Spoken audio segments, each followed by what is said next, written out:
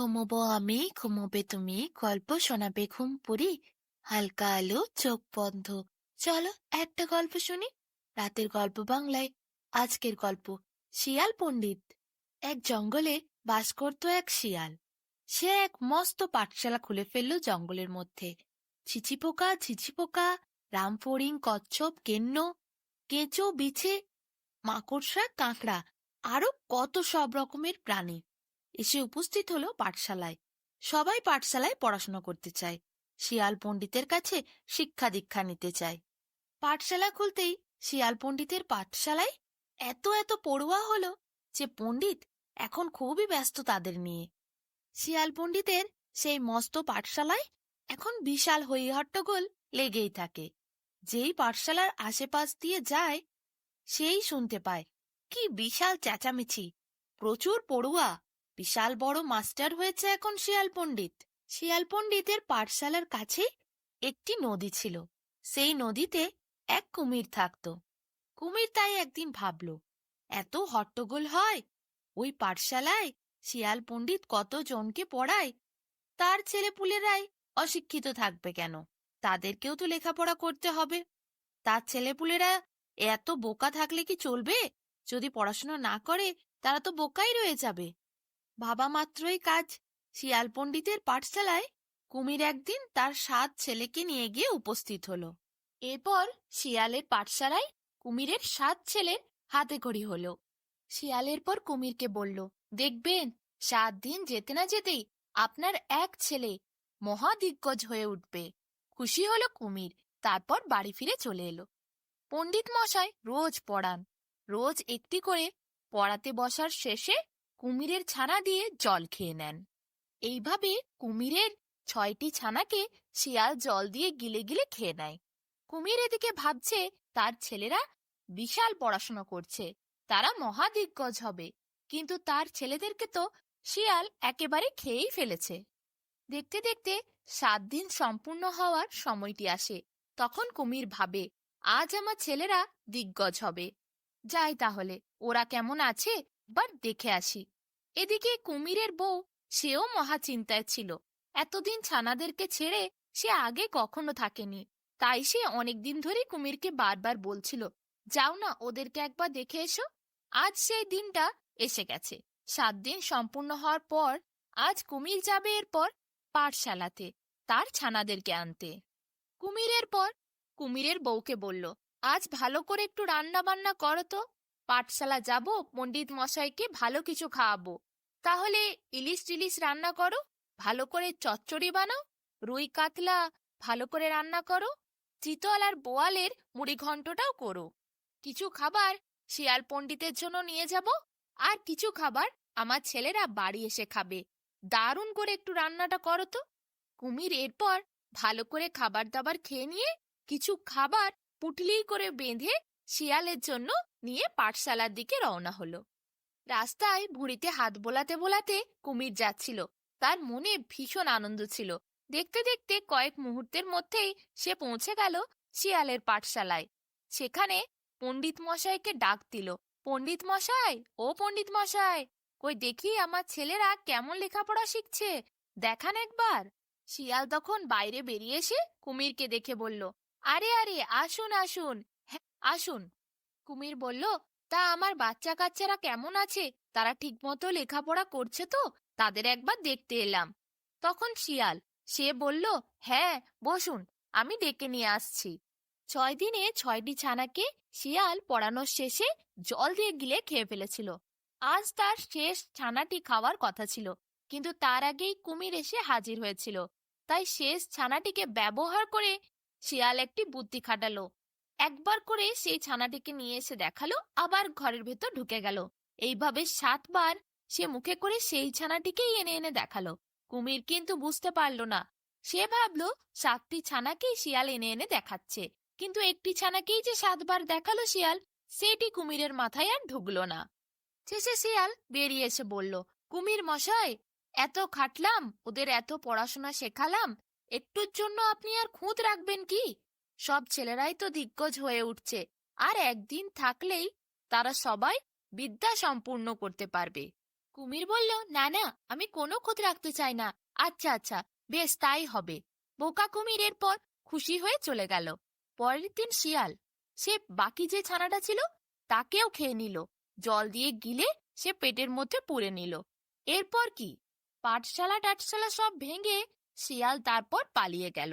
শিয়ালকে আর দেখতে পেল না কেউ। পরের দিন আবার কুমির মহা আনন্দে এলো তার ছেলেদের নিতে। তার ছেলেদের তো এখন বিদ্যা বুদ্ধি সম্পূর্ণ হয়েছে, তারা এক এক দিগ্গজ হয়ে উঠেছে। তা নিয়ে ভীষণ আনন্দ ছিল কুমিরের মনে। তাই সে এসে শিয়াল পণ্ডিতকে খোঁজাখুঁজি শুরু করলো। সে দেখলো পাঠশালা ভাঙা পড়ে আছে, শিয়াল পালিয়ে গেছে, শিয়াল এখন পলাতক। কুমির তখন মাথায় হাত দিয়ে বসলো, হাউ হাউ করে কাঁদতে শুরু করলো। তার সব ছানাদের শিয়াল নিশ্চয়ই কিলে খেয়েছে। কুমির মনে মনে ভাবলো এবং সব বুঝতে পারলো। আর কি করার আছে, সে নিজের গালে নিজেই থাপ্পড় মারতে শুরু করলো। কুমিরের মনে ভীষণ রাগ হলো। কত বিশ্বাস করে তার সন্তানদেরকে সে পড়তে পাঠিয়েছিল, আর শিয়াল, সে এত বড় বিশ্বাসঘাতক, সে তার ছানাগুলোকে খেয়েই ফেললো, পাঠশালা ভেঙে পালিয়ে গেল। শিয়াল বেটা খুব বদমাশ, ওকে জব্দ করতেই হবে। কুমির এরপর কি করলো, খালের জলের মধ্যে চুপচাপ লুকিয়ে রইল। কয়েকদিন পর শিয়াল পণ্ডিত খালের ধারে ধারে ঘুরে বেড়াচ্ছিল। কুমির সেটা দেখতে পেয়েছিল। কুমির একটুও নড়ছিল না, চড়ছিল না। সে পাথরের মতো নিস্তব্ধভাবে একদম জলের মধ্যে স্থির হয়েছিল। কেউ বুঝতেই পারবে না যে ওটা পাথর না কুমির। একদিন কি হলো, শিয়াল জল খেতে এলো সেই খালের মধ্যে। যেই সে খালের মধ্যে জল খেতে নামলো, অমনি আর শিয়াল কোথায় চায়, 36 কন্ডা দাঁত নিয়ে কুমির শিয়ালের পা চেপে ধরলো, ঠ্যাং কামড়ে ছিঁড়ে ফেললো। শিয়ালের ভীষণ যন্ত্রণা হচ্ছিল, কিন্তু শিয়াল সেই সময় বুদ্ধি খাটালো। সে কুমিরকে বলল হেসে হেসে, আরে কুমির মশাই, এত বোকা আপনি, আমি জানতাম না তো আমার ঠ্যাং কোথায় আর লাঠি কোথায়। আপনি কিটা ধরেছেন দেখুন, আপনি তো লাঠি ধরেছেন, ঠ্যাং তো আমার আপনি ধরতে পারেননি। কুমির সেই সময় কোনো চিন্তা ভাবনা না করেই শিয়ালের কথা শুনে রেগে গিয়ে মুখের থেকে ঠ্যাং ছেড়ে দিয়ে দেখতে গেল সে শিয়ালের ঠ্যাং ধরেছে না শিয়ালের লাঠি ধরেছে। ব্যাস, এরপর আর কি, শিয়ালের যেই ঠ্যাংটা কুমির মুখের থেকে ছেড়েছে, শিয়াল অমনি লাফাতে লাফাতে একদম নদীর ওপরে উঠে গেছে। বেচারা কুমির, সে আবার বোকা হয়ে গেল। এদিকে শিয়াল, সে লাফাতে লাফাতে নদীর পাড়ে উঠে বলল, আবার পাঠশালা খুলবো, ছেলে পাঠাও কুমির মশাই। কুমিরের নিজের বোকামি দেখে খুব রাগ হলো। কত বড় ভুলই সে করলো, সে তো ঠ্যাংটাই ধরেছিল, কেন যে ছাড়লো। আর শিয়ালকে মেরেই ফেলতো কুমির, কিন্তু সেই সুযোগটাও হাত থেকে চলে গেল। আর শিয়াল পাড়ের উপর উঠে গিয়ে আবার ঠাট্টা তামাশা করছে, তার ছেলেদেরকে খেয়ে আবার সে হুক্কা হুয়া করে মজা নিচ্ছে। কুমিরের তো খুবই রাগ হলো। সে কিন্তু সেদিন আর কিছুই করতে পারলো না। এরপর অনেক দিন কেটে গেছিল।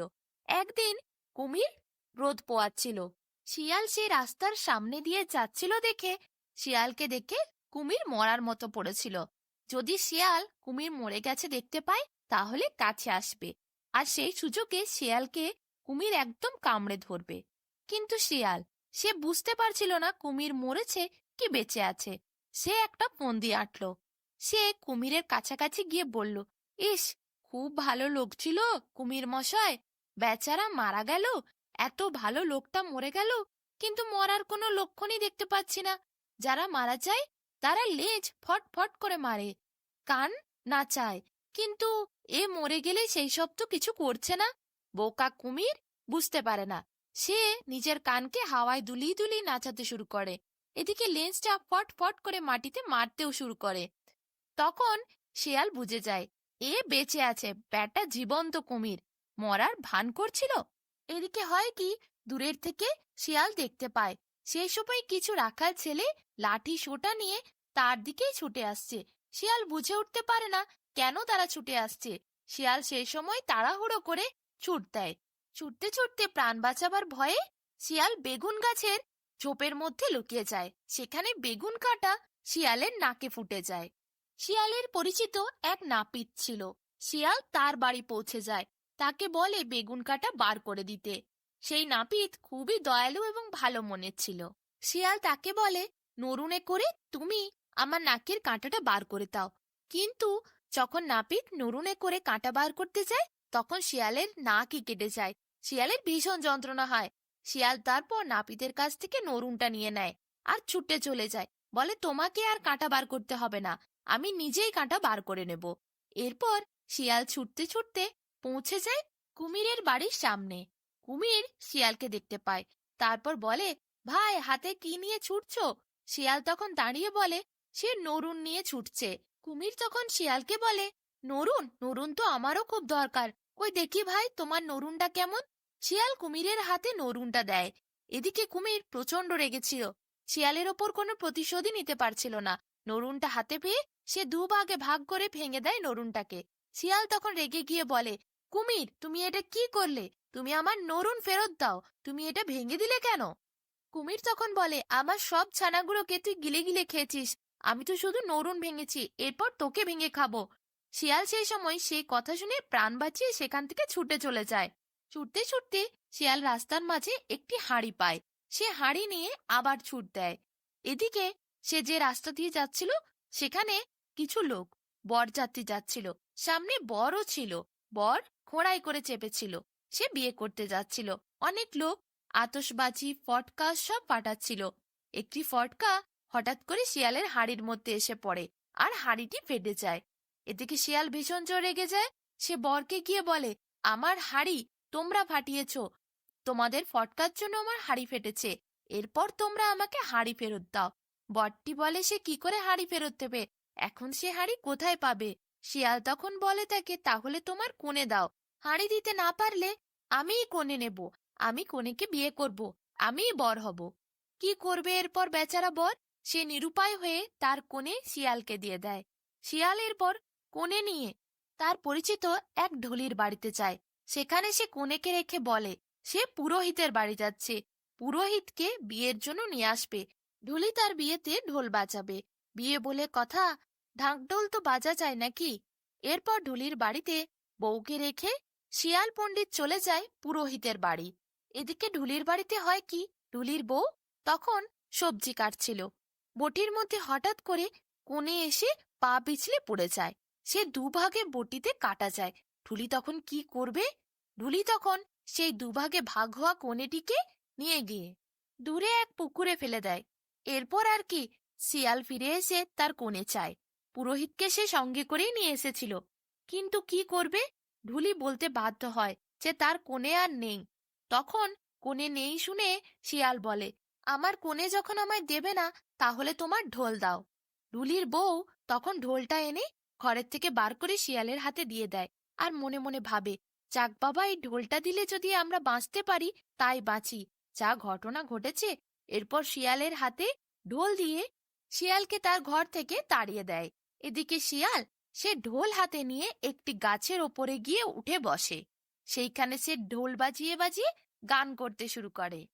টাক ডুমা ডুম ডুম, বেগুন খেতে ফুটলো কাঁটা, টাক ডুমা ডুম ডুম, কাঁটা খুলতে নাক কাটলো, টাক ডুমা ডুম ডুম, নাকের বদলে নরুন পেলাম, টাক ডুমা ডুম ডুম, নরুনের বদলে হাড়ি পেলাম, টাক ডুমা ডুম ডুম, হাড়ির বদলে কোণে পেলাম, টাক ডুমা ডুম ডুম, কোণের বদলে ঢোল পেলাম, টাক ডুমা ডুম ডুম, ডুম টাক টাক দুম, টাক ডুমা ডুম ডুম। এরপর মনের আনন্দে শিয়াল সেই ঢোল নিয়ে নাচতে থাকে। আর যেখানে সে যায় সে ঢোল নিয়ে সে সেখানে গিয়ে গান গায়।